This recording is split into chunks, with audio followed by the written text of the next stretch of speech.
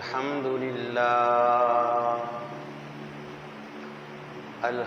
لله نحمده ونستعينه ونستغفره ونؤمن به ونتوكل عليه ونعوذ بالله من شرور أنفسنا ومن سيئات أعمالنا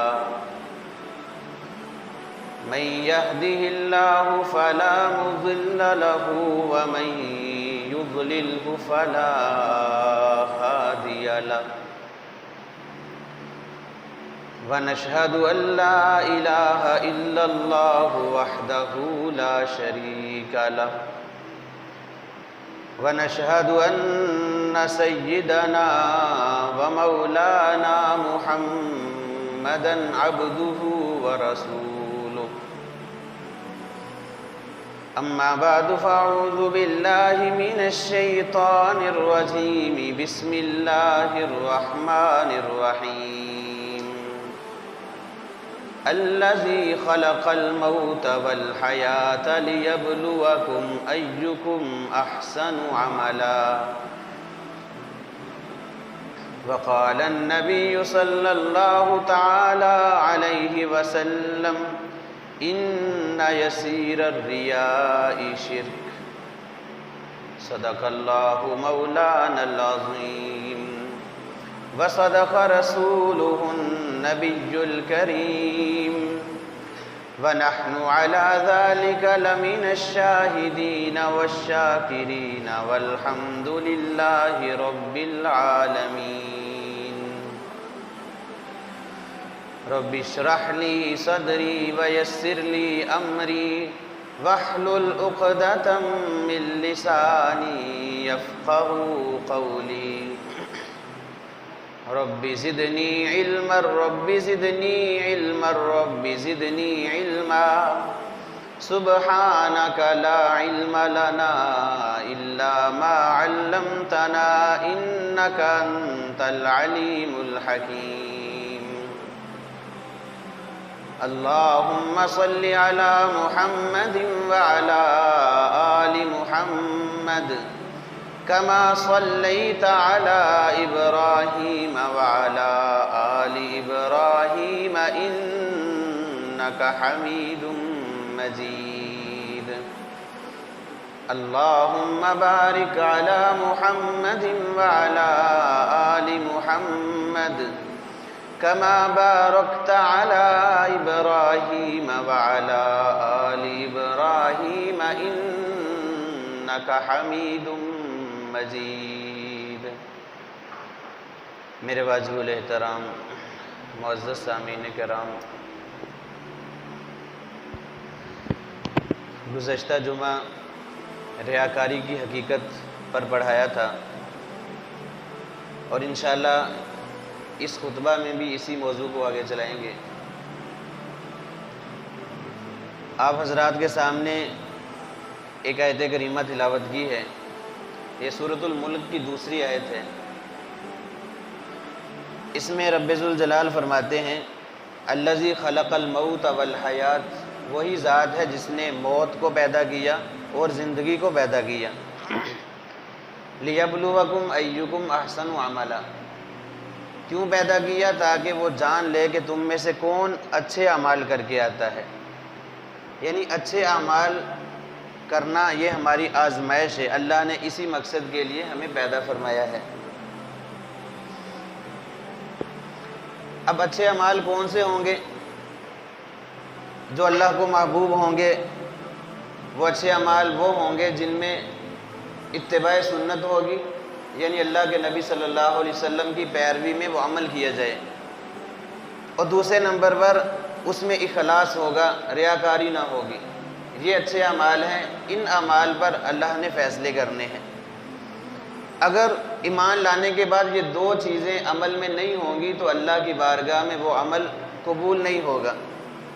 پہلی چیز اتباع سنت، یعنی ہر عمل اس میں دیکھنا ہے کہ اللہ کے محبوب پیارے نبی کا طریقہ کیا ہے، اللہ کے نبی کے صحابہ کا طریقہ کیا ہے، ہر عمل میں یہ چیز دیکھنی ہے۔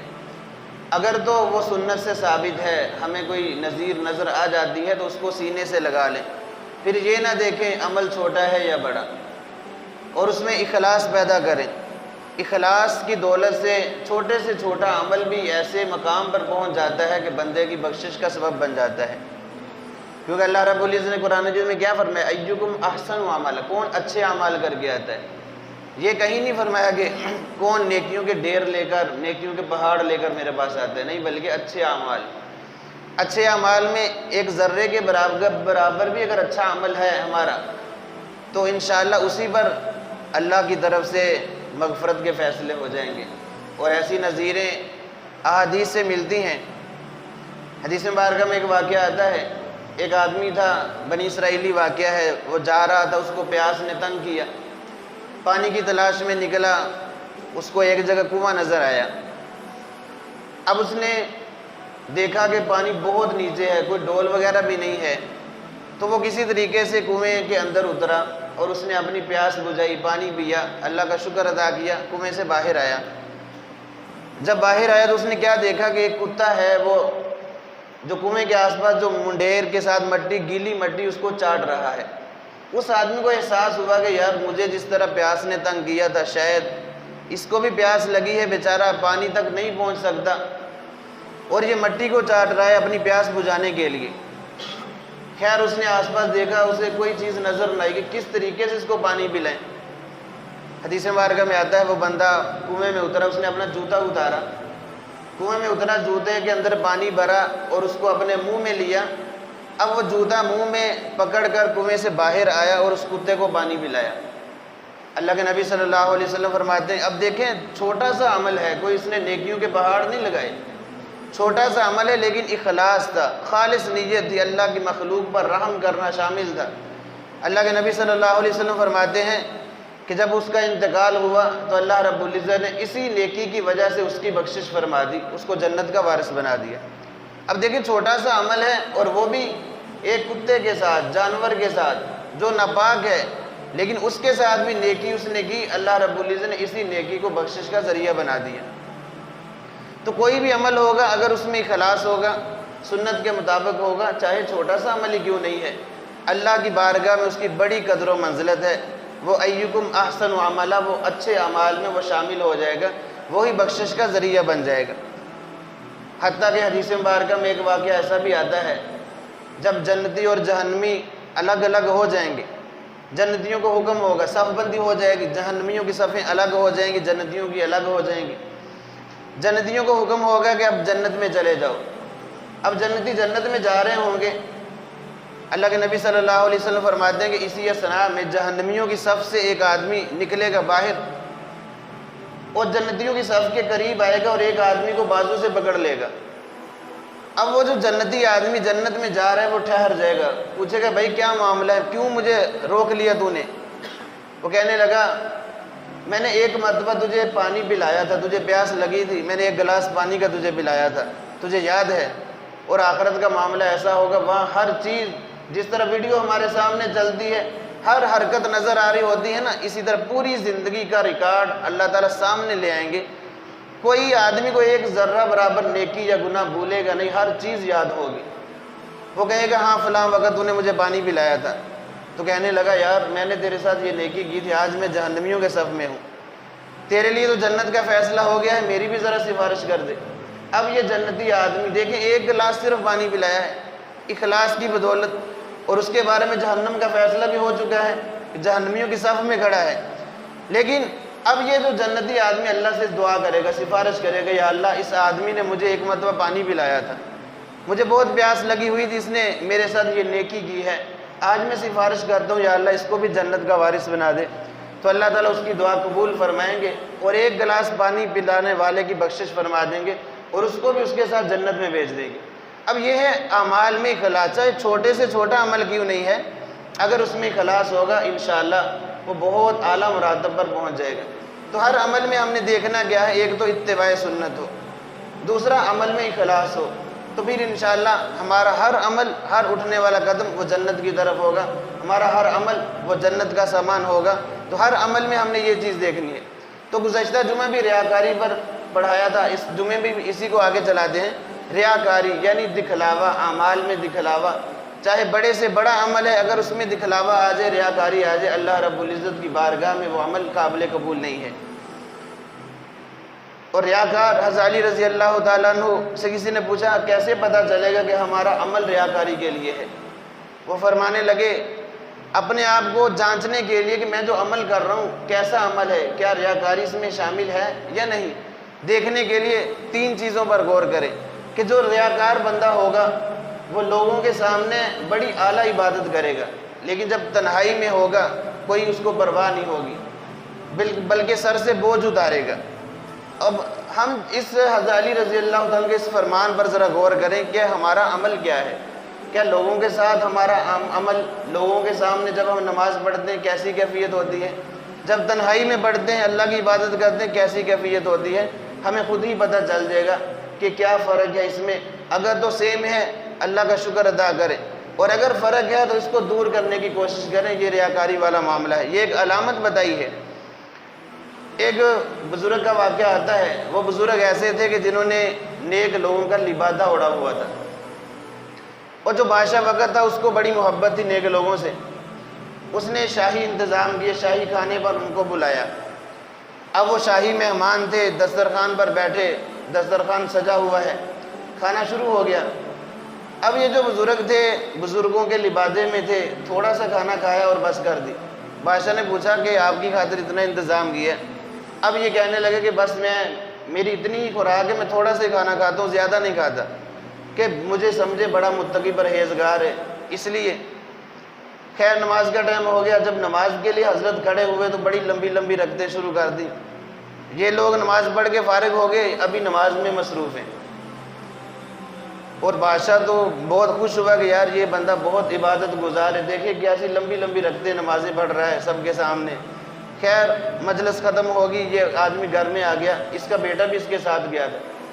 اب گھر میں آتے اس نے اپنی بیوی سے کہا کہ مجھے کھانا دو، تو بیٹا کہنے لگا کہ ابو جی آپ تو وہاں شاہی دربار پر تھے، وہاں آپ نے کھانا نہیں کھایا، میرے سامنے آپ نے وہاں کھانا کھایا ہے۔ تو کہنے لگا بیٹا وہاں تو میں نے تھوڑا سا کھانا کھایا تھا کہ بادشاہ کو پتہ چلے کہ بہت عبادت گزار متقی پرہیزگار ہے، لیکن مجھے بھوک لگی ہوئی اس لیے میں دوبارہ کھانا کھانا چاہتا ہوں۔ اب بیٹے نے بڑا پیارا آگے سے جواب دیا، کہنے لگے ابا جی آپ کھانا اگر دوبارہ کھانا چاہتے ہیں تو اپنی نماز بھی دوبارہ پڑھ لیں۔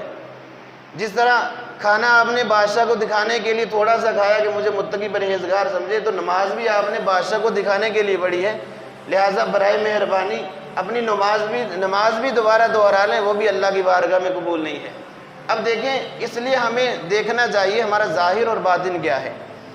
اگر باطن کچھ اور ہے ظاہر کچھ اور ہے تو ہمیں اس کی فکر کرنی چاہیے، وگرنہ ایسا نہ ہو کہ زندگی کی شام ہو جائے واپس پلٹنے کا وقت ہمارے پاس نہ ہو۔ آج اللہ نے ہمیں موقع دیا ہے، اس بات پر ہم غور کریں، ہر عمل میں یہ چیز دیکھی جائے گی، ریاکاری تو نہیں ہے، اخلاص ہے یا نہیں ہے۔ اخلاص کی دولت ہوگی تو عمل قبول ہوگا۔ اس لیے حضرت علی رضی اللہ تعالیٰ عنہ کا یہ فرمان اپنے دلوں کی تختیوں پر لکھ لیں کہ ہمارا عمل کیسا ہے، لوگوں کے سامنے کیسے اعمال ہیں اور تنہائی میں ہمارے اعمال کیسے، انشاءاللہ فیصلہ ہو جائے گا۔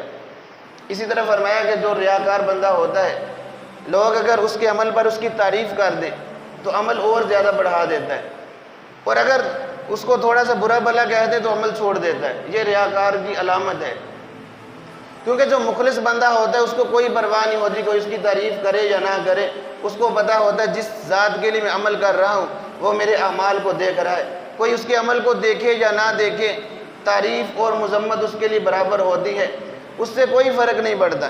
اب یہ چیز بھی ہے، بعض لوگ ایسے ہیں تھوڑی سی تعریف ہو جائے، تو نے نماز بہت اچھی پڑھی ہے، نمازوں کی رکعتیں لمبی ہو جائیں گی، میری تعریف ہو گئی، ایسا نہیں، بلکہ کوشش کریں کہ ہر عمل میں ریاکاری نہ ہو بلکہ اخلاص ہو، پھر اللہ رب العزت کی طرف سے یہ فیصلے ہوں گے۔ اس لیے ہر عمل کو جانچنا بہت ضروری ہے۔ حضرت علی رضی اللہ تعالیٰ کے فرامین کو سامنے رکھیں، انشاءاللہ زندگی آسانی سے گزر جائے گی۔ ہمارے بزرگوں کے واقعات میں آتے ہیں ہر عمل میں اس چیز کی بہت زیادہ فکر کرتے تھے، بلکہ اپنے اعمال کو لوگوں سے چھپا کر کرتے تھے کہ ہمارے کسی عمل کا لوگوں کو پتہ نہ چل دے، اس طرح وہ اعمال کرتے تھے۔ حضرت امام زین العابدین رحمۃ اللہ علیہ کے بارے میں آتا ہے، جب ان کا انتقال ہوا، جب ان کو غسل دینے لگے انتقال کے بعد تو دیکھا کہ ان کے کمر پر سیاہ نشان پڑے ہوئے ہیں۔ اب لوگ بڑے حیران تھے کہ بہت زیادہ عبادت گزار تھے امام زین العابدین، یہ حضرت امام حسین رضی اللہ تعالیٰ عنہ کے فرزند بیٹے ہیں، اور بہت زیادہ، ان کا نام علی ہے، علی بن حسین بن علی بن ابی طالب، یہ ان کا سلسلہ نسب ہے۔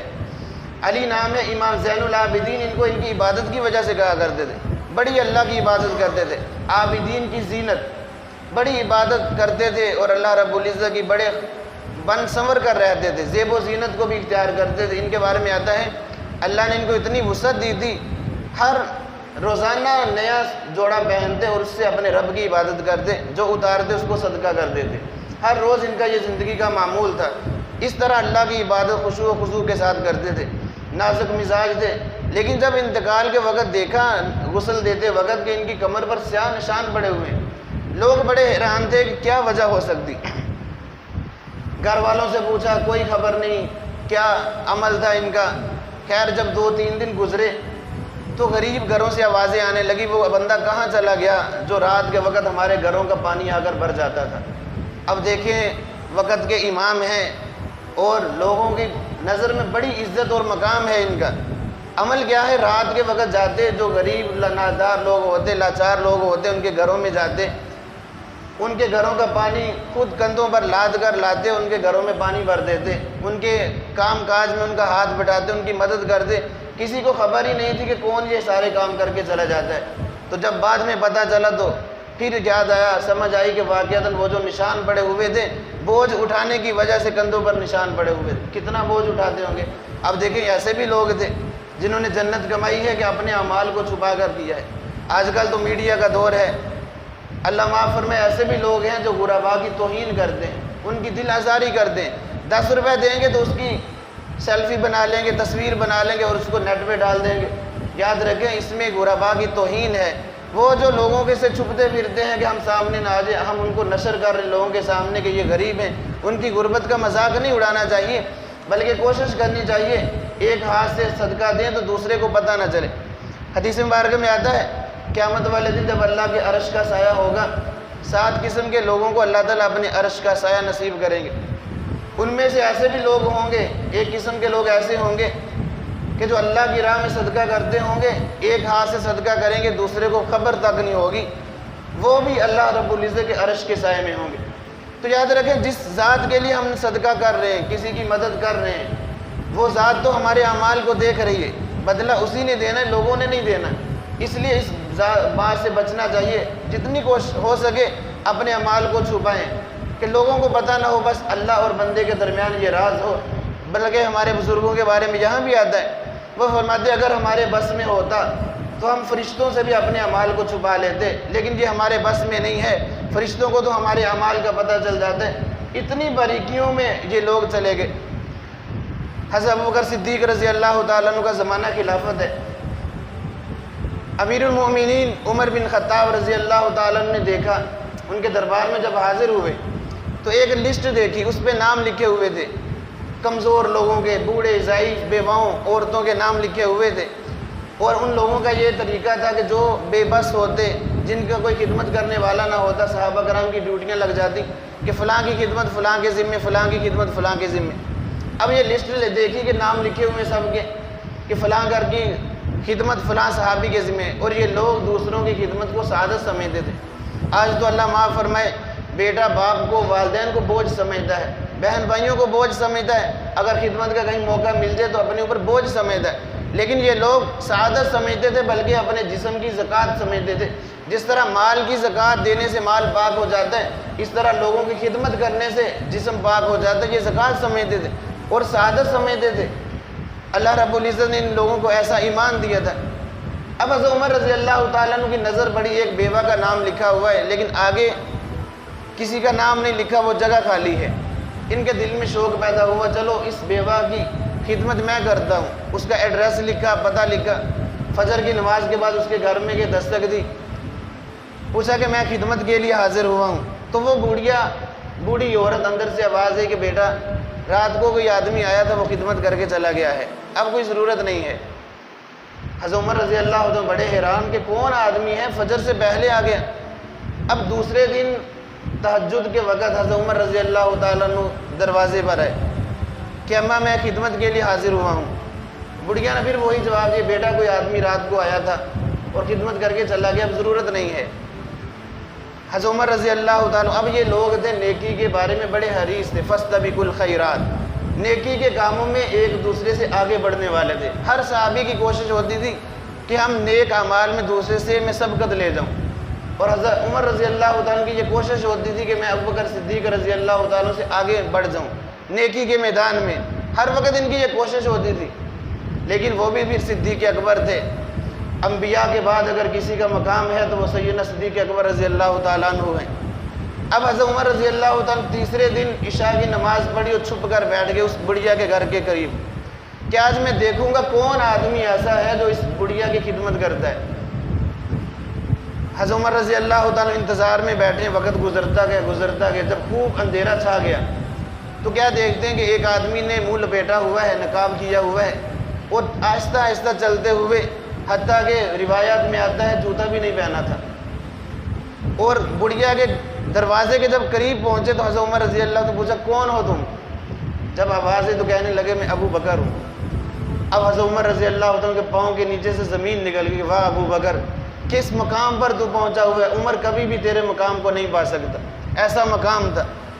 تو فرمایا کہ امیر المومنین آپ اس وقت پاؤں میں جوتا بھی نہیں ہے، تو کہنے لگے میں نے جوتا اس لیے اتارا ہے تاکہ جوتے کے شور سے کسی کی نیند خراب نہ ہو جائے، اور میں اس بڑھیا کی خدمت کے لیے آیا ہوں۔ اب یہ دیکھیں وقت کا بادشاہ امیر المومنین ابو بکر صدیق رضی اللہ تعالیٰ عنہ ہے۔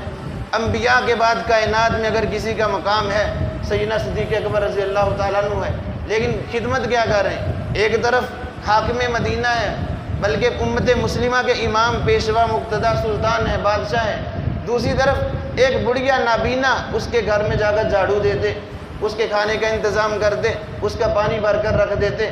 فرماتے بڑھیا سے جب حضرت عمر رضی اللہ تعالیٰ نے پوچھا کہ وہ کون آدمی تھا تو کہنے لگی بیٹا میں نہیں جانتی وہ کون تھا، بس جب بھی وہ گھر میں آتا ہے یہ کہتا ہے کہ پردہ کر لے، میں پردے میں چلی جاتی ہوں، وہ سارے کام کر کے پھر کہتا ہے کہ اماں میں جا رہا ہوں، اللہ حافظ کہہ کے وہ چلا جاتا تھا۔ تو جب حضرت عمر رضی اللہ تعالیٰ کو پتہ چلا کہ یہ سیدنا صدیق اکبر رضی اللہ تعالیٰ نے، تو آنکھوں سے آنسو جاری ہو گئے کہ ابو بکر میں تجھ سے کبھی بھی اعمال میں آگے نہیں بڑھ سکتا۔ اب دیکھیں یہ لوگ تھے جو اخلاص والے اعمال کرتے تھے، اخلاص پر مبنی ان کے اعمال ہوتے ہیں، اپنے اعمال کو لوگوں سے چھپا کر کرتے تھے، کسی کو پتہ ہی نہ چل جائے، اور اللہ کے لیے کرتے تھے۔ تو ہمیں بھی چاہیے کہ ہم بھی اس صفت کے ساتھ متصف ہو جائیں، ریاکاری سے بچنے والے بن جائیں، ہمارا ہر عمل اخلاص پر مبنی ہو۔ یاد رکھیں یہ ریاکاری بہت بڑا مرض ہے، جس کے دل میں ہوتا ہے اللہ رب العزت اس کے اعمال کو برباد فرما دیتے۔ اب ہمیں کیا کرنا چاہیے، اس کا علاج کیا ہے؟ پہلے نمبر پر تو ہمیں اس کے انجام سے باخبر ہونا چاہیے کہ ریاکاروں کا انجام کیا ہے، کہ ریاکاروں کے بڑے بڑے اعمال اللہ تعالیٰ ہوا میں اڑا دیں گے، اور اللہ تعالیٰ فرمائیں گے کہ آج جن کے لیے تم نے عمل کیے انہی سے جا کر بدلہ لے لو، میرے پاس کوئی بدلہ نہیں ہے۔ تو ہمیں اس کا انجام سامنے ہوگا تو ہم ریاکاری سے بچ سکیں گے۔ دوسرے نمبر پر ریاکاروں کی صحبت سے بچنا، کیونکہ جیسی صحبت ہوتی ویسا اثر ہوتا ہے۔ جو لوگ دکھلاوے کے لیے اعمال کرتے ہیں، بندے کو پتہ چل جاتا ہے بس اوقات کہ خلوت میں کیسے، جلوت میں کیسے، ہمارے ساتھ کیسے، دوست احباب کے ساتھ کیسے، اور عام لوگوں کے ساتھ کیسے۔ تو ایسے لوگوں کی صحبت سے بچیں، نیک لوگوں کی صحبت میں آ جائیں۔ وہ پنجابی کا شعر ہے نا، چنگے بندے دی صحبت یارو جویں دکان اتاراں، خوشبو باویں مول نہ لئیے گلے آن ہزاراں۔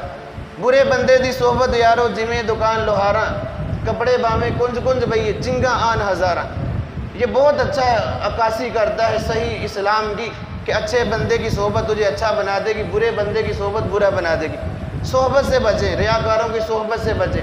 اس لیے اللہ رب العزت کا ڈر اور خوف بھی دل میں رکھیں۔ اللہ کے نبی نے جو دعائیں ہمیں بتائی ہیں ان دعاؤں کا اہتمام کریں، اللہ سے مدد مانگیں، عمل چھوڑیں نہ۔ اگر دکھلاوے کے لیے بھی عمل کر رہے ہیں تو چھوڑیں نہ، بلکہ اس عمل کو کرتے رہیں، اللہ سے ساتھ ساتھ دعا مانگتے رہیں کہ یا اللہ میرے دل کا یہ مرض ختم کر دے۔ اللہ کے نبی صلی اللہ علیہ وسلم بڑی پیاری دعائیں تلقین فرمائی ہیں، اللہم طہر قلبی من النفاق وعملی من الریا ولسانی من الکذب وعینی من الخیانہ فإنک تعلم خائنۃ الأعین وما تخفی الصدور۔ کتنی پیاری دعا ہے، اے اللہ میرے دل کو نفاق سے پاک کر دے، میرے عمل کو ریاکاری سے پاک کر دے، میری زبان کو جھوٹ سے پاک کر دے، میری آنکھ کو خیانت سے پاک کر دے، تو آنکھوں کی خیانت اور دلوں کے بید تک جاننے والی ذات ہے۔ اس طرح کی دعائیں مانگے۔ چھٹا کلمہ بڑا جامع ہے، اس کو پڑھیں، اللہم انی اعوذ بک من ان اشرک بک شیئا وانا اعلم بہ واستغفرک لما لا اعلم بہ تبت عنہ وتبرأت من الکفر والشرک والکذب والغیبہ والبدع والنمیمہ والفواحش والبہتان والمعاصی کلیہا واسلمت واقول لا الہ الا اللہ محمد الرسول اللہ۔ اس میں تمام قسم کے گناہ آ جاتے ہیں، ان سے توبہ ہو جاتی ہے۔ یہ دعائیں اللہ سے مانگے، انشاءاللہ اس مرض سے بھی ہمیں چھٹکارا مل جائے گا۔ اللہ رب العزت سے دعا ہے کہ اللہ تعالیٰ میں اخلاص کے ساتھ اعمال کرنے کی توفیق عطا فرمائے۔